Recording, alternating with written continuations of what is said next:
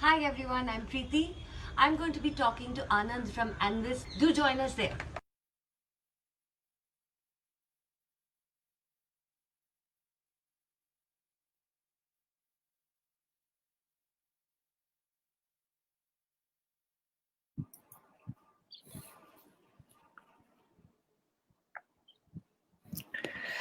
Hey, good evening, everyone.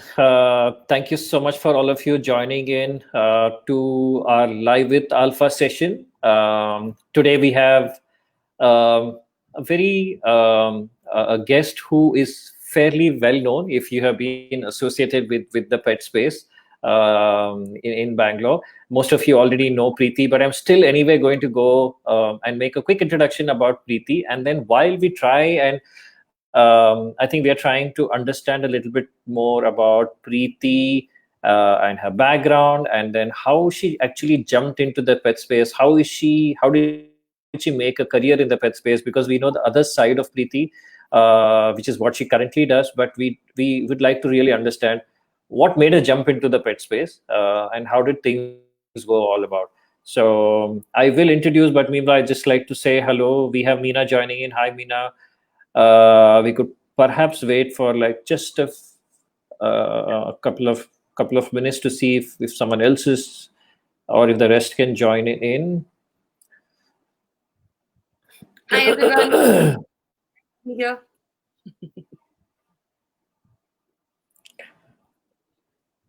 I'm supposed to make the introduction, Preeti. So Yeah, I know. I'm just waiting for that. okay, all right. I'm just going to go ahead and make the introduction. So many of you already know, but Preeti is a superwoman, right? I think at least as far as I look at it, she is absolutely a superwoman. She manages a lot of things. Some of the things she manages, even I was also not clued in, and only while we were talking, I realized that she does so many more things. And we'll touch upon this as we go along. But just to give you an idea, Preeti works with assisted animals. She is a groomer. She's a physiotherapist. She's a founder, and she also runs a company that makes mental engagement games for dogs. It's called Happy Tails. She's also on the board of a tech company. Preeti also if she has any other, she's full time um, you know pet mother to 10, 11. I lose count. We'll ask her this question. Pets, two daughters. She runs a household. Parents, in-laws, the whole thing. She's also a consultant trainer and educator with Anvis and Alpha. Wow. Yeah, and she also gets time to come on live sessions like these to talk about. So I don't know where you get the time. But anyway, thank you so much, Preeti, for coming in. I think it's always a great pleasure talking to you. Welcome to our live session. Thanks, Anand. You embarrassed me thoroughly. I try. I try. But Okay, no, it's Preeti. really So, nice to talk to you. We've known each other for a long, long time, and it's nice to be able to do a session with you like this. So yes. absolutely. So I think this time we wanted to. You have been on our on the Alpha as an educator, right? You have helped us out with the courses. You have actually curated a lot of courses. You have done a lot of things, right? But I was always curious about why would people quit their jobs, corporate jobs, non-corporate jobs, whatever it is, right? Why would they quit and jump into the pet space? Either it should have like a lot of money, either it should give us a lot of fame, it should be a combination of both. I don't know what, right? But I'd like to understand, and that is something that really intrigues me to find out why would people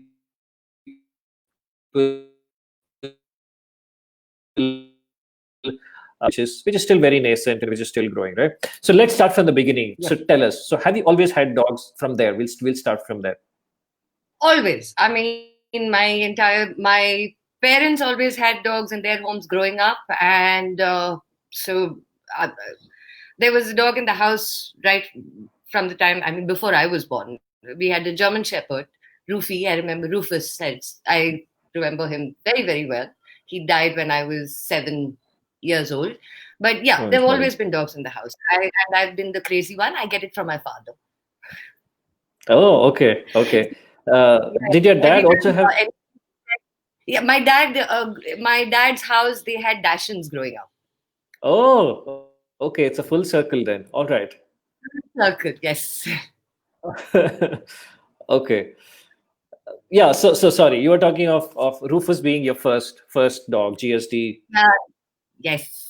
So I have these very, very stark memories of Rufus. I've been told lots of stories about the things that I did with Rufy, but I have very specific and clear memories of what of Rufy, and I think that kind of set the tone for the rest of my life. Got it. Got it. So as a kid, you were exposed to, and when you say kid, you were basically Rufus was already there when you were born, or did he, did he come in after you were born? Do you have any idea? Yeah. No, Rufy actually, I think, came in before I was born. He was actually my uncle and aunt's dog, and they shifted to Kuwait. So Rufy shifted in with us, and we lived in this big bungalow in Pune, and Rufy came in, and I grew up with Rufy. So, like as an infant, my mom tells me that there used to be this divan that we had, and Rufy used to always sleep, on the floor next to the divan, and I couldn't get onto the divan. So apparently, I would climb onto Rufy's stomach, stand on him, then crawl up onto the divan, and he was so amazing. So mom and dad tell me that he wouldn't budge, he wouldn't move a muscle while I was doing that. But as soon as I had gotten on, he would get up and walk away. So now I was stuck on the divan and I couldn't get off anymore. Oh, that's his way of payback. It's like you hurt me, now you just stay there. Always. I have, like I said, I have these very, very clear memories of Rufy in the garden, and I have, um, um, I have some sad memories. I remember the day he died. I don't know why that has stuck with me so much, but I do remember that.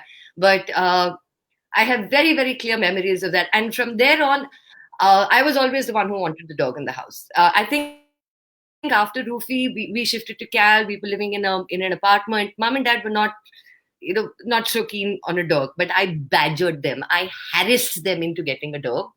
So my birthday gift, my when I was 9 years old, my birthday gift was a golden retriever. Was a cocker spaniel puppy, Gina. Unfortunately, I think this was in 1983, and that was the first epidemic of parvo in Asia. Oh, It was pan Asia, it was crazy, and Gina got parvo, and she died. We got her oh, when she that's was 3 months. sad. She died by the time she was 5 months old. So that was crazy, and of course, I was completely inconsolable. I just could not. I needed a dog. I could not handle the fact that I lost Gina. I used to walk Gina. I used to train Gina. I used to do whatever. I mean, Gina was my baby. And one day I came home from school, and there was, mom and dad's close group of friends. They'd come home, and one of the ladies said, you have no idea what uncle has got for you. Venkatesh uncle has got something for you. And there was one thing I wanted in life, and that was a puppy. So I just turned and said, he's got me a puppy. And her jaw just hit the floor. He said, who told you? Hyderabad, a friend's litter, a friend had a litter, and there was this little black puppy. And that's how Gypsy came home. So that's it. I mean, it was just one dog after the next. I think after Rufy, every dog that came into our house came in because I wanted a dog. So it just Okay. it was just it never stopped. I can't imagine living with a dog. I could never imagine living without a dog. Got So it. yeah, that Yeah, some fond memories, right? Preeti, but tell us, right? I think you've had dogs, and these are, that you had as companions. And what was there any turning point when you were as a youngster that something made you take up, or get into the world of dogs a little bit more seriously? Any kind of mentor or any instance like that? What was for your turning sure. point? So this must have been when I was around 13, and my dad was walking our lab, our black lab, Gypsy. He had taken off for a walk, and this guy approached him saying that on the street, okay, saying that, you've got such a gorgeous dog, and started talking to him. Said, you know what? I have this golden retriever puppy that I had bred that and given to somebody, but I brought the puppy back because the puppy is not being cared for over there, and I'm looking for a home for her. Would you like to take her? My dad, of course, being my dad, said yes. Okay, I mean, he's as crazy as I am. He jumped at it. He said yes, of course. And so we're all imagining that this little fur ball that's kind of going to come home. And a few days later, that this guy disappears, and no sign of the dog, no sign of him. And out of the blue, I come home from school. I was in the 10th standard, I think, ninth standard. Yeah, I was in the ninth standard. Come home from school one day, and there is this mom and dad not at home. Half an hour later, doorbell rings. They come in literally with my dad carrying this adult golden retriever, and he just picks her. He's carrying her, and he says, "Open the bathroom door," and he runs into the loo with her because she was covered in ticks, and she was Oh, completely emaciated, and she was in really, really bad shape. She was 11 months old. She was a very traumatized dog, and she continued having issues all through her life. But I mean, that's like a completely different story. But so Sheba became again a dog that I started doing a lot of stuff with, right? So I decided that I wanted to breed Shiba. I wanted Shiba's puppies. And so I started researching. I mean, I had no idea how one goes about any of this. I didn't know anything. So I don't know from where, but I figured out that there was a place called the Kennel Club of India. So I contacted them, and they gave me the number for Geeta Surendran. And I called Geeta auntie and I said, "Look, I have this golden retriever and we have to do something about it." So she said, "So is your dog registered?" I said, "What does that mean?" So she said, "Okay, this is what you have to do, get her registered, do all of this." I said, "Okay." I got her registered. She said, "Now you need to show your dog. Have you shown your dog? How do you know how good a dog you have? Have you shown your dog?" So I said, "I don't even know what any of this means." So she started mentoring me. I used to practically live at her house. I would be there like 5 times a week if I. She was one of the original breeders of golden retrievers in Bangalore, and Irish setters. She had one Irish setter also, I remember. But she had this beautiful, beautiful golden retriever called Uno. And Uno, he was like the top dog in golden retriever in Bangalore and a large part of the country at that point of time. And what was beautiful about it was that so I spent a lot of time with her, and she taught me, or I learned from her what was the right way to go about doing this. What was the right way to interact with dogs? What was it that I wanted to do? And it was the first time I think I realized that it was possible for me to have a career with dogs, that I could grow up right. and I could work with animals. I could work with dogs. And for me, that was like a really big deal.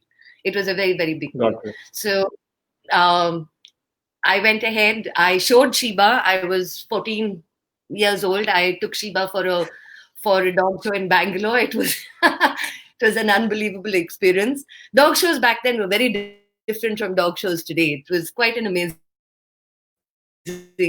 experience. I don't know if you've I remember. ever been, 25, 30 years back, dog shows were a completely different world. It was a fantastic place to be. You met the most amazing people and the most inspiring people at that point of time. Right. And yeah, that's where the journey started. So Geeta auntie was a huge influence in my life. Very, very, very big influence in my life. Got it. So, I mean, when we run upon such inspirational people like who have got so much knowledge and have been there in the field and they know, I'm sure you must have picked up a lot more things, right? Like I'm sure the whole idea of, because I know you as a person, you're a very research oriented person, right? You don't jump into anything just like that. You do your research. Really like to you go into the whole fact finding mode. Is this right? Not okay? You go understand. Did that begin from there somehow? Was the seed sown there? I think so. I have books in my library. I have this entire place dedicated to all my doggy books. I think I started collecting doggy books when I was 8 or 9 years old. So Oh, okay. I already knew about the different breeds, and I started. I think I always knew that I wanted to do something with dogs, even before I met Geeta Auntie. But the thing was that at that point of time, there were no options, right? You didn't know whether it was possible to have a career with dogs. I mean, it was one of those really uh, uh, offbeat. I mean, I don't, it's not even offbeat. It's offbeat things. No, if you said that I wanted to work with dogs, people just looked at you and said, "And what do you mean you want to work with dogs? What are you going to do with dogs? You can't do anything with dogs. You can't make a living working with dogs." So it was just, maybe you can have a dog as a hobby. But I had started, I think, very early. But I used to spend, Geeta auntie used to spend a lot of time talking to me, and I used to ask her a lot of questions. Yeah, so I guess she is the one who helped me fill a lot of the gaps, a lot of the knowledge gaps. She taught me how to handle dogs, how to groom them, the whole process of grooming, and how important it is to Right. brush your dog, and why, and obedience and discipline. So if you're going to take your dog into a show, there are 100 and my mom who was doing it on my own versus me.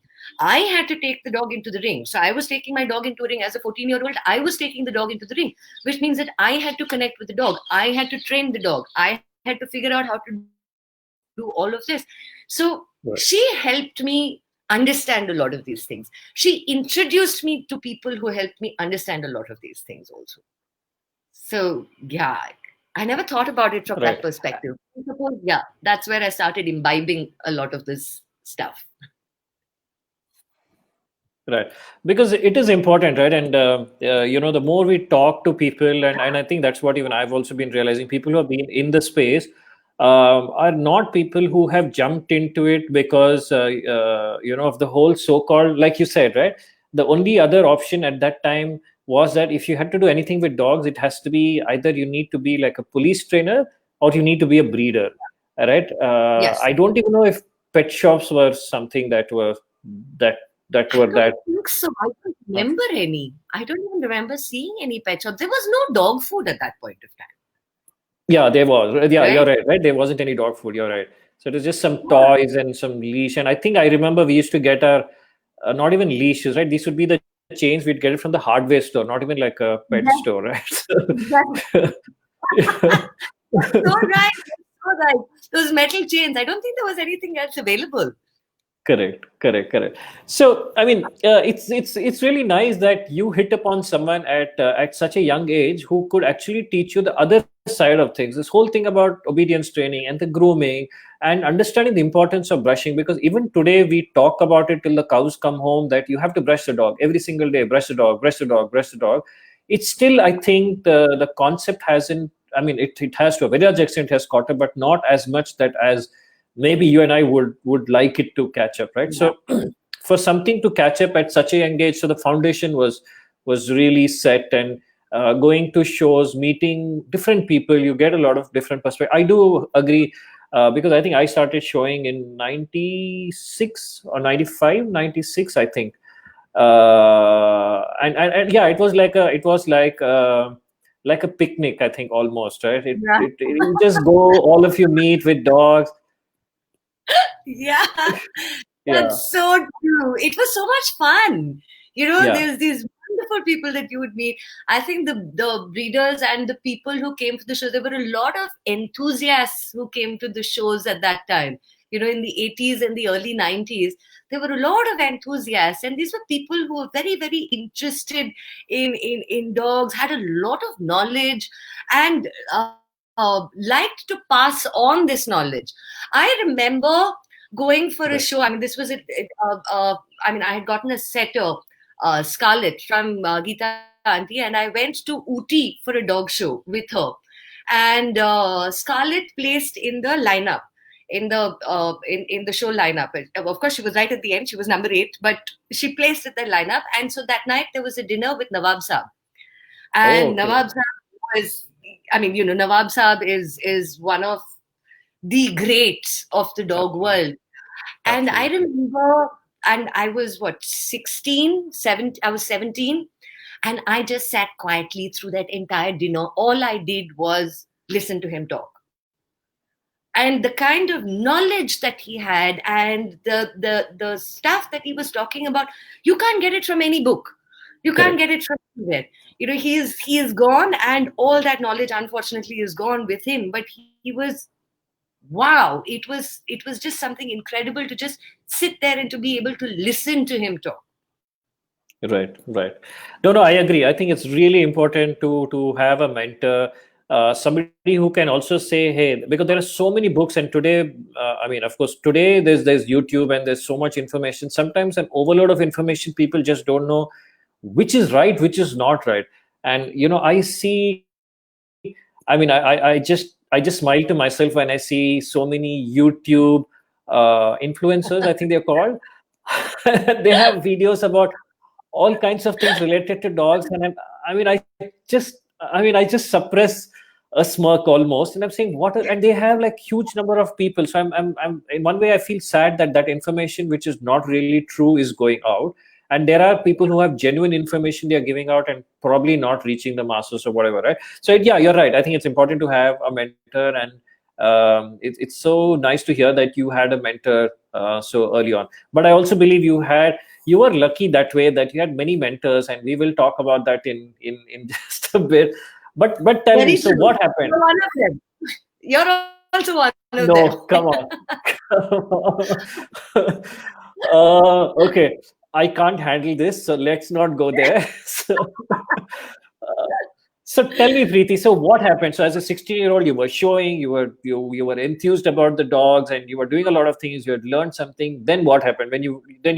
I'm guessing, right? You went to college and work. And what happened during that phase? Were you still showing? Were you still involved in dogs? Walk us through. Unfortunately, once I finished college, I think even while I was in college, maybe for the first year or two of college, I was still involved.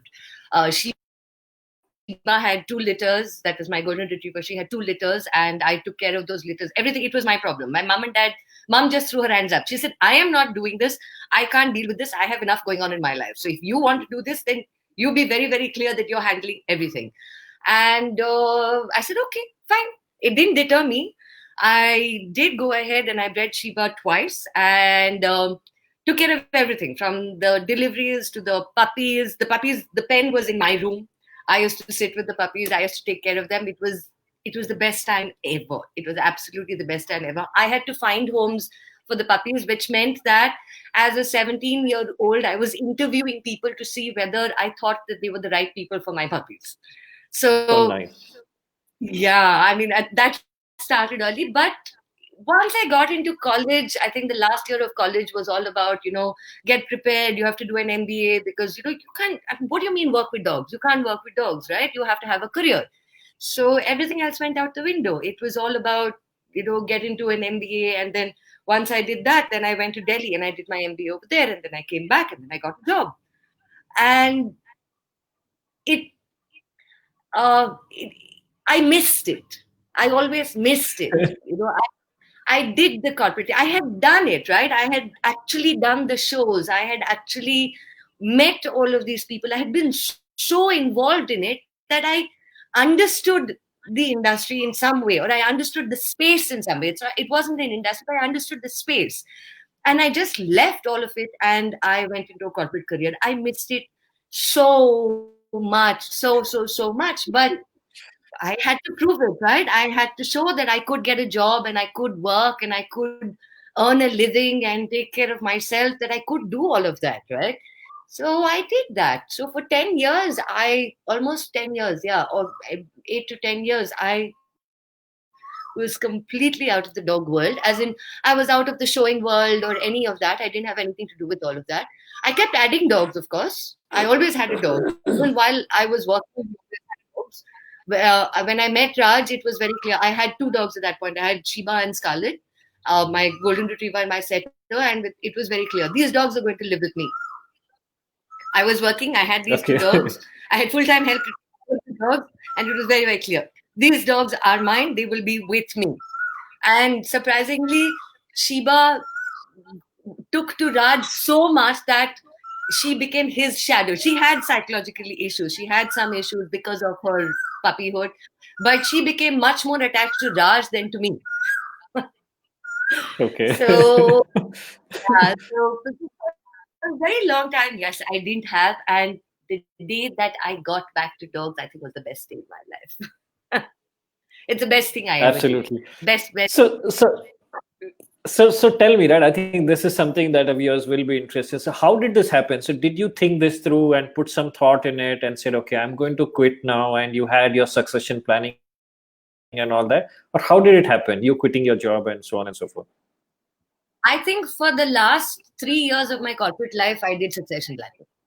Okay, Okay. I think I still have those Excel sheets somewhere where I sat and I worked out, how would I survive? Because there was no question that I had to earn. Now, I definitely couldn't go down this road of saying that, okay, I'm going to quit Raj, it's your problem to kind of take care of everything, and I'm going to hang out with the dogs at home. That was not an option. Okay, and by that time, we already had what 3 or 4 dogs. I had a beagle from PFA. We had a German Shepherd from that my mom-in-law had got, and then he came over to us. I had a wirehead Dachshund Sally that I got from Geeta Auntie. Geeta Auntie gave her to me as a wedding gift. I had an Irish setter, so we already had all of these dogs, kind of happening at that point. So there was no question of hanging out with the dogs and saying, you take, you bring in the money and I'm going to chill out.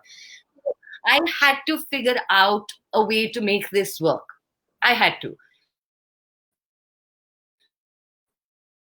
And the only I could not see any other ways open to me.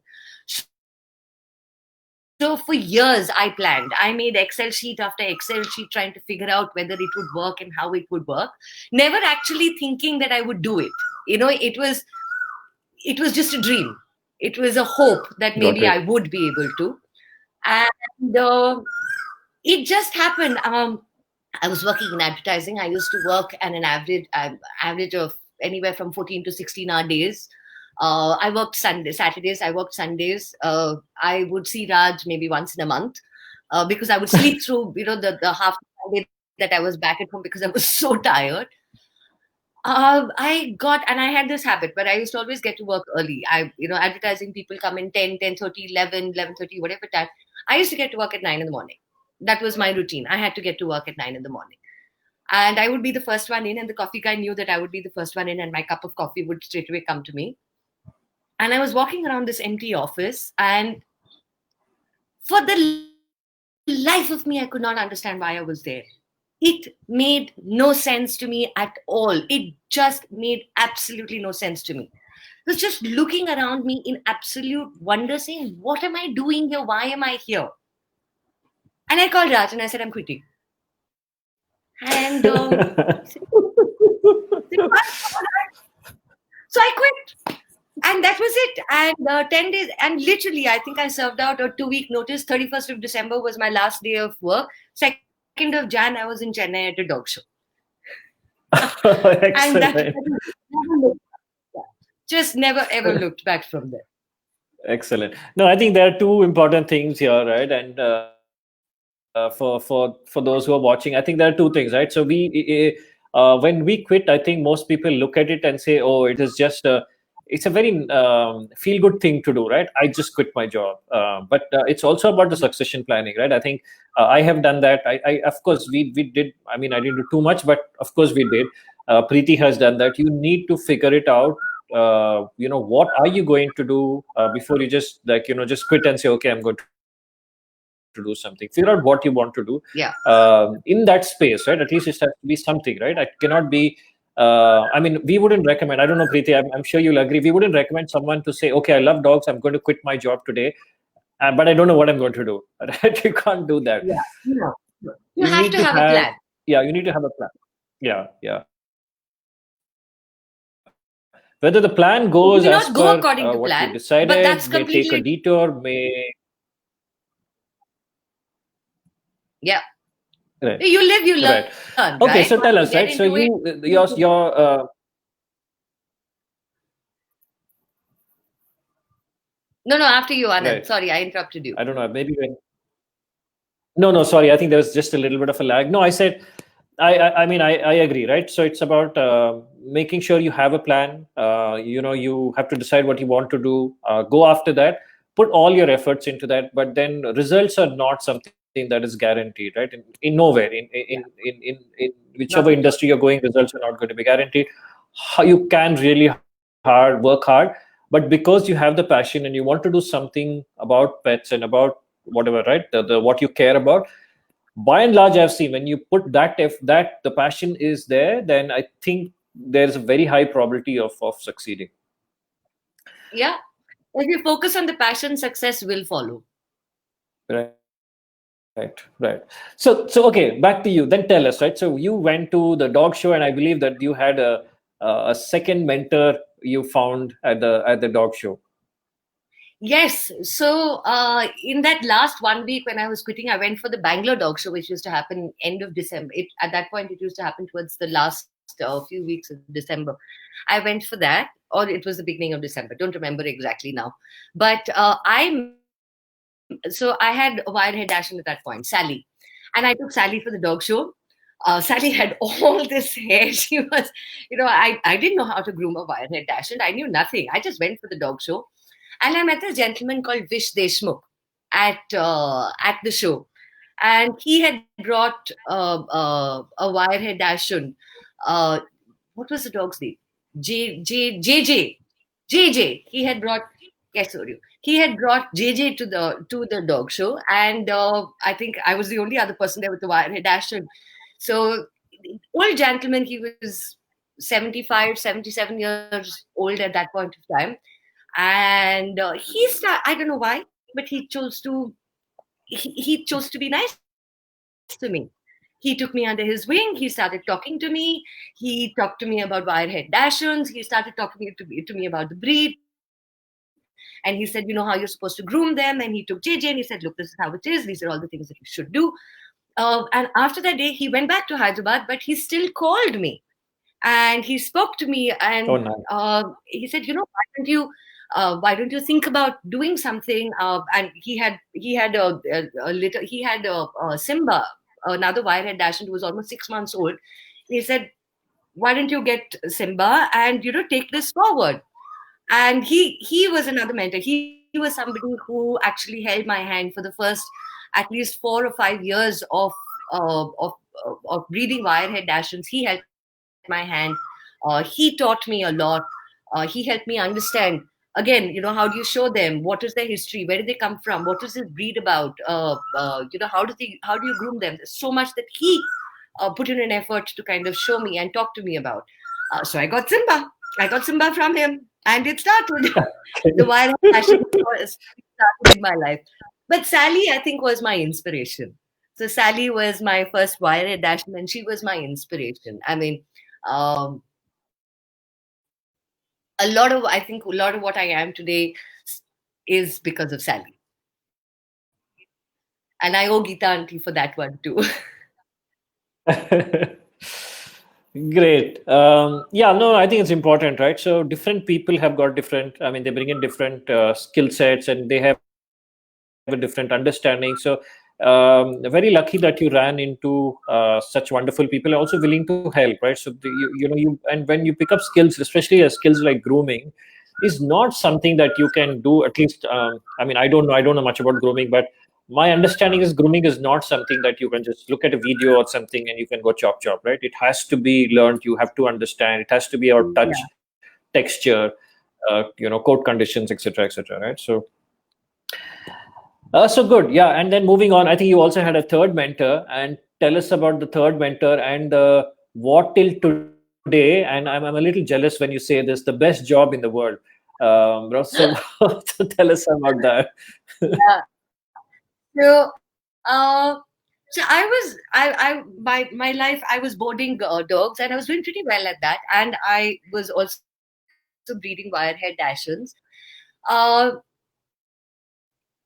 and this is not a very nice part, unfortunately. So I had one really bad experience. So there was this Honey, one of the dogs that I had. She had a litter, and it was a cesarean, and There were 6 puppies, and she rejected all 6 of the puppies.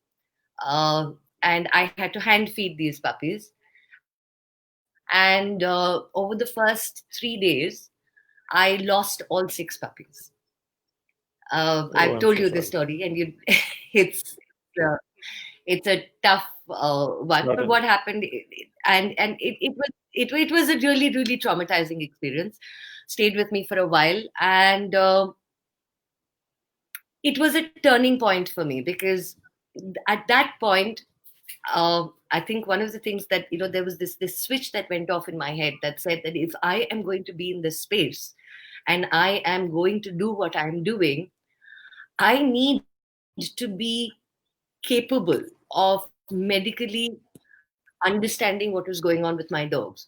My dogs should never have any less, because I am not medically equipped to understand what's going on with them. See, it's not like I had one dog, right? I had 18 at that point of time. Knowing what is going on with them, when you have such a large cross section of dogs, there are problems that happen, right? Right. You will see much more health issues. You will see much more. You will have many more crisis situations as compared to any other pet parent. So, and I knew Dr. Pavan at this point of time. And so I started doing my research all over again, because I said, okay, I'm going to become a vet. Okay, I want to So become a this is vet. Dr. Pavan from Cessna.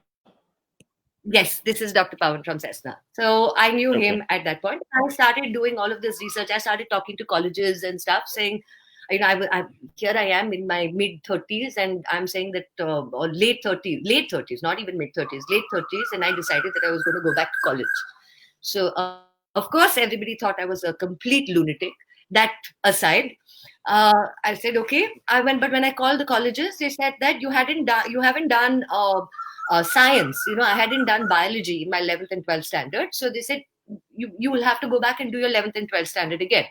So I said, fine, if that's what it's going to take, I'll do my 11th and 12th again. And I'm going to become a vet. Yeah, what can I say? So I called Dr. Pawan and I said, look, this is what I want to do. And so I'm planning to do this. And he laughed at me. He said, don't be a fool. Please don't do that. Okay, by the time if you're going to start from your 11th standard, by the time you actually become a vet, you will need a walking stick to practice. Okay, so that's not the way to go. Why don't you instead come and work with me? And I will teach you everything that you need to know on the job. So I joined him. So I just started working with him. I said, okay. I mean, this was fantastic. I mean, what more could one ask for, right? So I Right. went Right. and I started working with him. And he's an amazing person. He and Dr. Ramesh. Dr. Ramesh is his partner, another absolutely incredible gentleman. And the two of them together put a lot of time and effort into training me and into helping me figure things out. I volunteered with Cessna for around 6 months, and then I went to the US and I volunteered at a private practice and at Washington State University at the college hospital for a few months. And what I realized and what I learned over there was that there was a gap in our whole veterinary process in India. We had vets who did all the jobs, everything, right? You had a Yes. vet, Yes. and then you had more like a compounder. So you had the vet who had to do everything from pick up the dog, put him on the table, give him his vaccination, load the vaccination, do the diagnostics, give the treatment, talk to the pet parent, do every single thing on his own, and he had nobody to help him. But what I saw in the US was Right. that they had veterinary technicians, right? They had veterinary nurses. So they were able to divide that job up, where the doctor was able to focus, or the vet was able to focus on diagnostics, and the veterinary technician or the veterinary nurse was able to do this entire other part of the job. Which, from talking to the pet parent to monitoring the dog, to providing the treatment that is prescribed by the doctor, to doing the diagnostics that the vet asked for, this entire job profile that didn't exist over here. And it's Right. such Right. an important job, right? Right. Right. Back, and we spoke about it, and we decided to kind of put it in motion, and we did that. And I became a veterinary nurse, not by certification, but on the job, by through experience. I I ran the OT at Cessna for quite a few years, and then after that, I moved into the inpatient.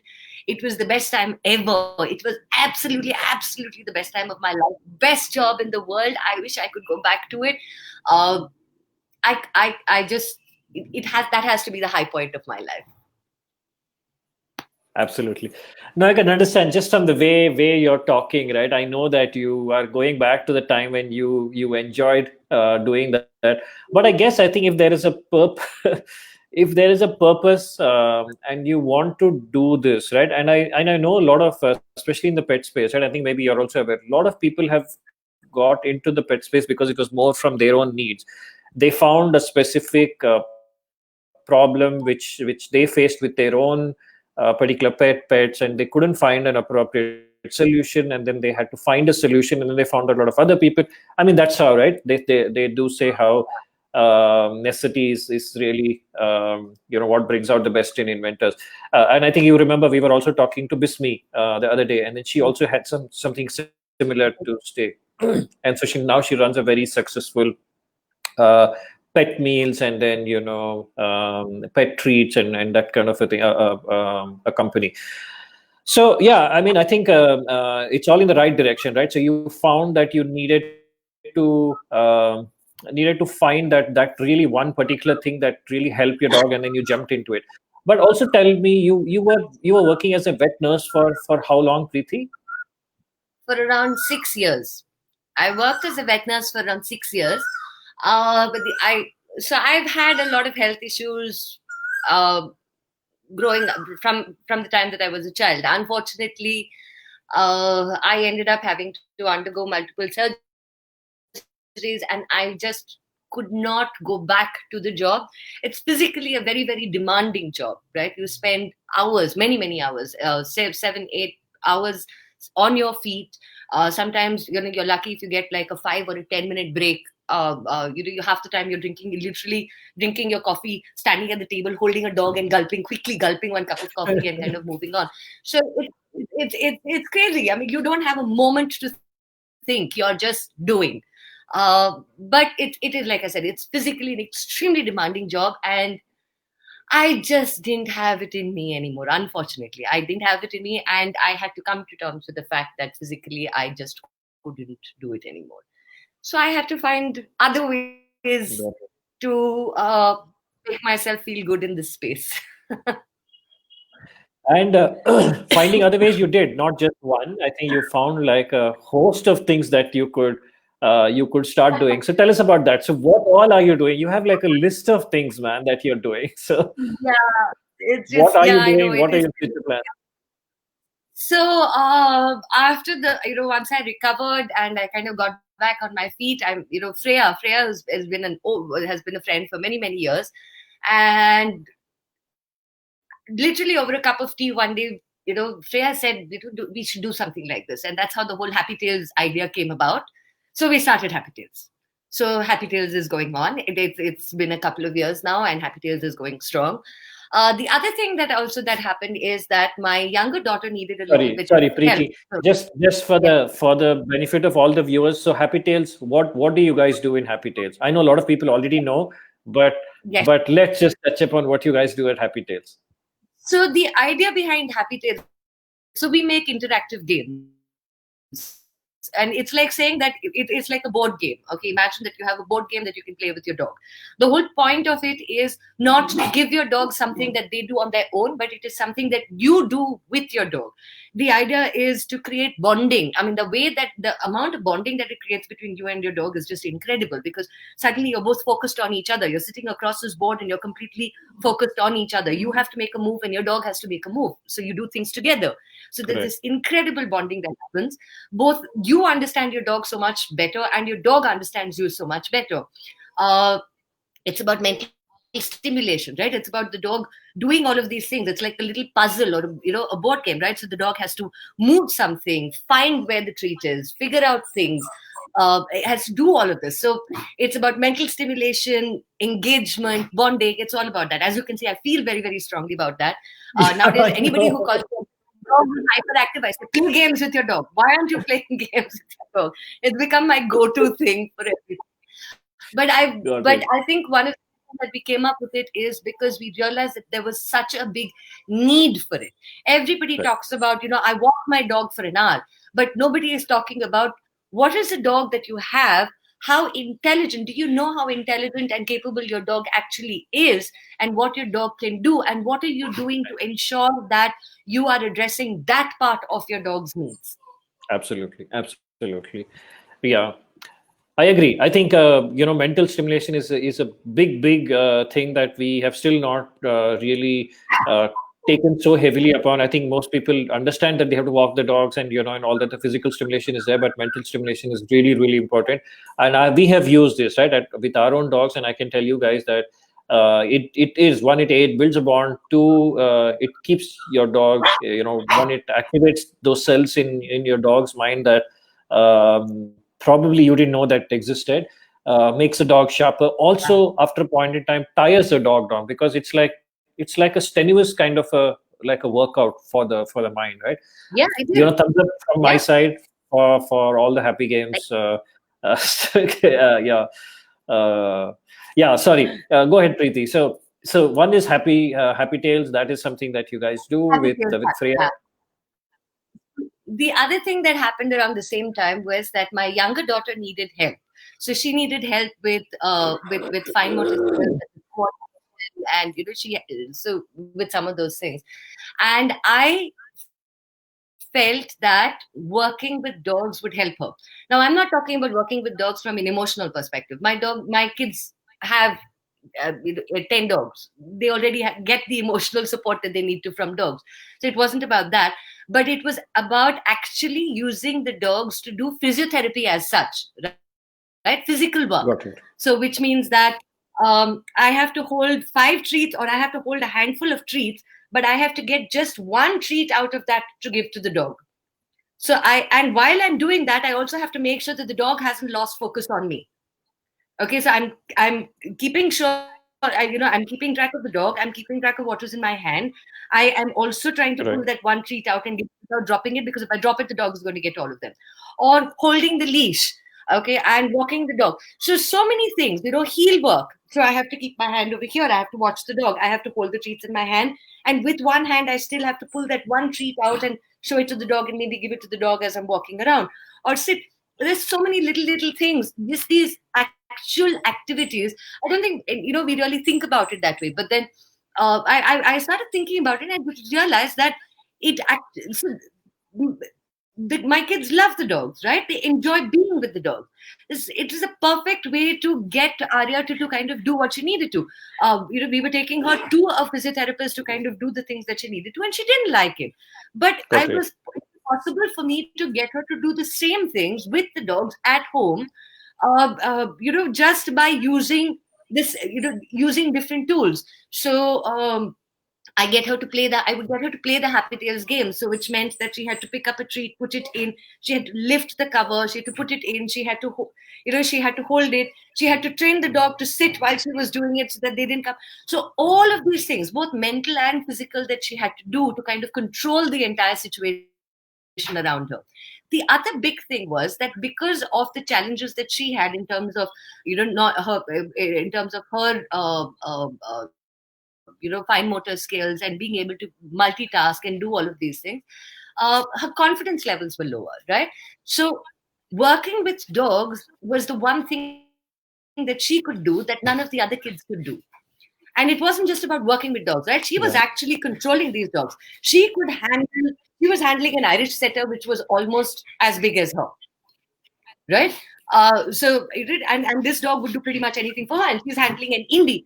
And she actually demonstrated at the Bangalore Canine Club dog show around. She's 12 now, and she was maybe 8 years old.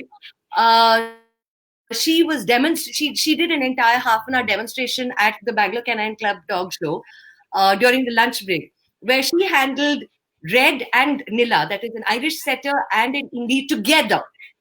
Okay, so she did Wow. everything from heel work to sit to down to agility. She did jumps. Okay, and she handled this Oh on her wow. own. Nivedita, the trainer in Bangalore, was working with her also at that point of time. So can you imagine an 8-year-old child in front of 1,500 people in the ring, setting this up and actually doing this, and doing this with 2 dogs off leash? The dogs were not on leash. The dogs were off leash, and she handled everything. So Wow. the confidence that it built in her, Amazing. yeah, it's just mind-boggling. It's just, yeah, and the confidence that it built in her was amazing, because she was doing something that the other kids at her level simply could not do. So it became this thing for Understood. her. Understood. So I felt, yeah, and then so I got interested in therapy work and animal assisted. I've always been interested in. Actually, I should tell you this. So one of my first ever puppies went. This is in late 90s, early 2000. One of my puppies, a lab puppy, went to a school, Mhm. JID school in Thane in Bombay, and became one Uh-huh. of the first therapy dogs in India. So I've been Oh, wow. interested Oh, in all the right. whole therapy. That's news. Even I didn't know that. Yeah, Okay. yeah, and I actually, so there was this huge article that was so I used to call all my puppies Kuti. Kuti in Tamil is just baby, right? And when she went to Bombay and she went to the school, they didn't realize that Kuti meant baby. So they called her Kuti, thinking that that was her name. So Okay. Kuti actually became, so it's a school for special needs, kids with special needs, and Kuti I became see. the school dog. So Oh, and this wow. happened like over, yeah, this happened over 20 years back. So again, it's been something that I was very interested in, that I always wanted to know more about. And with Arya, it was an opportunity to kind of explore that entire thing. So Okay. that, and Deepika introduced me to Shirin Merchant. Again, she is one of the big names and one of the greats in our country today, I think, when it comes to training and behavior and all of this. And Shirin has been amazing. So he really, took Arya under her wing and invited Arya to her sessions. So thrice I took Arya to Bombay, and we attended the practical course, the practical part of Shirin's sessions, and Arya attended it as a student. I Oh, was the wow. caretaker. I was Arya's caretaker. I was her chauffeur. I had to take her up and down. But Arya attended it as a student. And what was amazing was that Arya was holding her own amongst 25, 26-year-olds. And she is this 10-year-old kid. And, she was at par. She was doing that the 25-year-olds were doing. She taught Shirin's dog Maya how to go to bed and back and, all of this. So she was, so it's incredible when you think about it. History. We don't realize what our kids can do with dogs and what is possible Yeah, with dogs. Dogs so much. absolutely. No, Yeah, history repeats itself, Preeti. I think that's what it is. yeah. And at the same time that I was doing all of this with Arya, I've known you for a long time, but you started off something which is, I think, ended in where we are today, which is you pushed me into doing a first aid session at the Pet Buddy courses. I would never have thought about it. I was very nervous. I didn't think that I could do it, but you had more confidence in me than I think I had in myself. And you pushed me into doing it. And from there, it's just been, I think that's what I said. You're also one of my mentors. So I think from there, it's just been one after the other. And now I'm doing all of this. Yeah, yeah. So No, I yeah, think no. it's a lot. Reason finding. I used to be in recruitment, right? So this is something that I think maybe it's just a skill I picked up and maybe helped me survive those recruitment days. But yeah, when you see that someone is passionate about something, right? And I didn't know about the best job in the world till like we spoke yesterday or something, right? I didn't know that you love the vet nurse thing so much. I mean, I knew that you liked a lot of things, but this is something. But I always knew that you had spent 6 years, 6, 7 years in Cessna as a vet nurse, so you have that amount of information. And also, our pet buddies are people who are not really they don't need to become medical, but we need to introduce them to the medical. Let it be for their own pets, the pets that they take care of. They at least need to know the symptoms. A vet would probably go, a little more technical, and also all the vets, the good vets probably don't have the time, to be honest, right, to come in and then spend that time and interact. Probably had to do it at their facility or whatever. We couldn't go with anybody else, so I really thought that you would be the best fit, and I'm glad I'm right. You enjoyed it, and I know all Thank our pet you. buddies really love. Yeah, our pet buddies really love the course. And for everybody out there, we have got Preeti scores, right? The medical that is available on our Alpha. We have e-courses, and that is available on the Alpha site. So if you want to take that course up, you can enroll for it. You can just jump onto the site. You can search. There are multiple courses, but if you want to take the medical course, you can go ahead and you can take. So there are a lot of, it's more about experience based, right? So Preeti is saying, how can you recognize symptoms? What you should be doing. I think more than what you should be doing, I think it is more about recognizing symptoms. I think, and that comes from experience. So great. So I mean,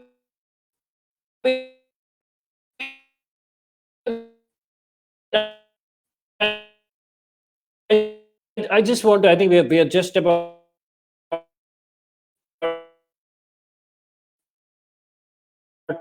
coming close to what advice to as a place that is here for money, or you should not be looking as just breeding as just the thing, because I think we have all stopped breeding what it used to be, right? We never bred and we've had money. It was never a money thing. But there are so many things that people can do in the pet space, which is basically taking care of pets. But what are the 2-3 things that you would recommend for people who are looking to get into the pet space and looking as a career in the pet space? So one of the other things that I didn't mention that I'm doing now is that I'm also a groomer at Bagville in Bangalore, and the experience I'm able to do that now because of the experience that I gained right from the time that I was a teenager, from Greta Auntie to having wirehead dachshunds and Irish setters, which require a very specific type of grooming. If you can groom some of these dogs, you've already learned a lot of techniques and stuff. So uh, today's people, I think today's youngsters are very, very lucky that the choice of careers in this industry is so vast. When we were kids and we were growing up, and even as a teenager, there were no options. But today there are so many options. You can become a veterinary nurse, you can become a groomer, you can become a trainer, you can become a behaviorist, you can get into the retail space of it. You can get into dog foods, home cooked foods or baking. You can get into making into accessories for dogs. There are the number of possibilities that are there today is huge. You can get into providing services, boarding service or a walking service like Canvas does. So there are so many things that you can do. The unfortunate thing is I still see a lot of kids today saying, I want to work with dogs, I'm going to become a vet. And my advice to all the people who say that I want to work with dogs is don't become a vet, because if you become a vet, you will not get to work with dogs. You don't get to spend even 5 minutes, petting that dog and saying how sweet, I like this dog, because all you're doing is, giving them shots and, turning them upside down and performing tests on them or diagnostics and, sitting in front of a computer, researching something, trying to figure out what's going on with them. That your a vet's satisfaction comes from having made an animal well, but not from interacting with that animal, really, honestly. So don't work with And dogs. those are, If sorry, I just had to point that out. I think this is like a fantastic point, right? There are two different things. One is solving the problem, bettering the life of the pet, yeah, which may involve, and it's not like I know vets, right? It's not an easy job at all for them to see sick animal after sick animal coming in. Mostly they are sick animals. They are in different, pets are in emotional distress, but parents are in emotional, and you have to solve that problem. So it's not an easy task by any means. But if somebody has got that mental framework and saying that's exactly what I want to do, by all means, right? I think that's what you're saying. But somebody who's saying that I want to do something else, which is more in terms of upping the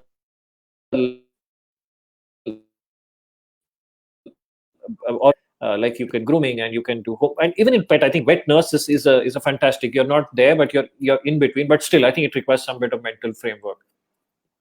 Oh, it does. I mean, if you want to get into the medical field, you have to have that bent of mind. It is very stressful. You have to learn to build that barrier between your emotions and the sick animal. Death is something that you see every day. It's a very if you want to look at it from that perspective, it can be a very tragic place to be. So it's a very, very, very different frame of mind. If you want to be in the space because you love animals, then veterinary medicine is not the space for you. It's not. Instead, get into boarding, providing services, grooming, any of these things which will actually give you the opportunity to spend quality time with the dogs, to be able to pet them, to be able to appreciate them. In the medical space, you're not appreciating the dog in any way whatsoever. The only thing that you care about is getting the dog better. The rest of it is so not important. But in training or in behavior or in grooming or any of these other things, that you get to spend so much quality time with the dog, right? And it's so much fun, and you're getting to interact with the pet parent, and it's a happy interaction. It's a happy space to be in, and there are so many options. I really, really tell people that this is definitely a space. It is a career. There are definite career opportunities in this space. Get into it. Research. See, there are online courses that are available for a whole lot of stuff. There are courses that are being, if you want to become a groomer, there are courses available in India. There is the PPGA, I think it's called, going to start conducting grooming seminars and courses in India. It is possible. So much is possible. You can find mentors. You can find people who will train you. So go ahead and do it. But don't just look at veterinary medicine as the only way to work with animals. There's so much more that you can do, and you're so lucky to have all of these options that we didn't have growing up. I think that would be my advice to people. Yeah. Absolutely. And your last advice suggestion on mentor while you're pursuing this journey? Find a mentor. I think we all need good mentors. I think that I've had not one, but I've had so many mentors, and they have made all the difference in my life. Friends can be mentors, but find somebody who knows what they're talking about, who is a giant in this space, who is a giant in their knowledge of this space, and who have the right attitude. Find a good mentor. There is nothing as good in this world. You can get much more from a mentor than you can get from any YouTube video or any book. There is stuff that you will get from them that you will never be able to get anywhere else. So yes, I think it's really, really important to have. Very, very lucky to have such amazing people in my life, and they've helped direct my life and direct my career. I wouldn't be here without so many of them, from Rita Auntie to you, to Dr. Pawan, to Sharon. There's so many of them who have done so much, and I wouldn't be here without all of them. So I owe it to them. Okay.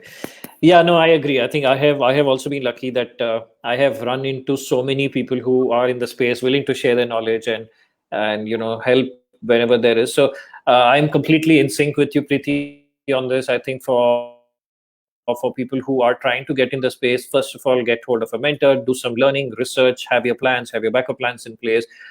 Passion has to drive you, but you need to have a path. Yes.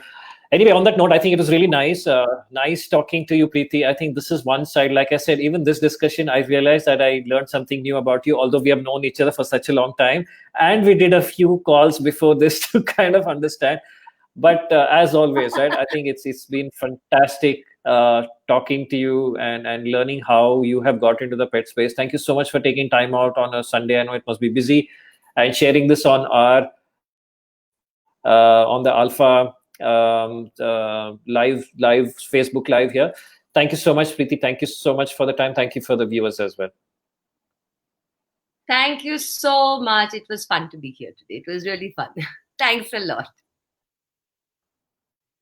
Thank you. Bye bye.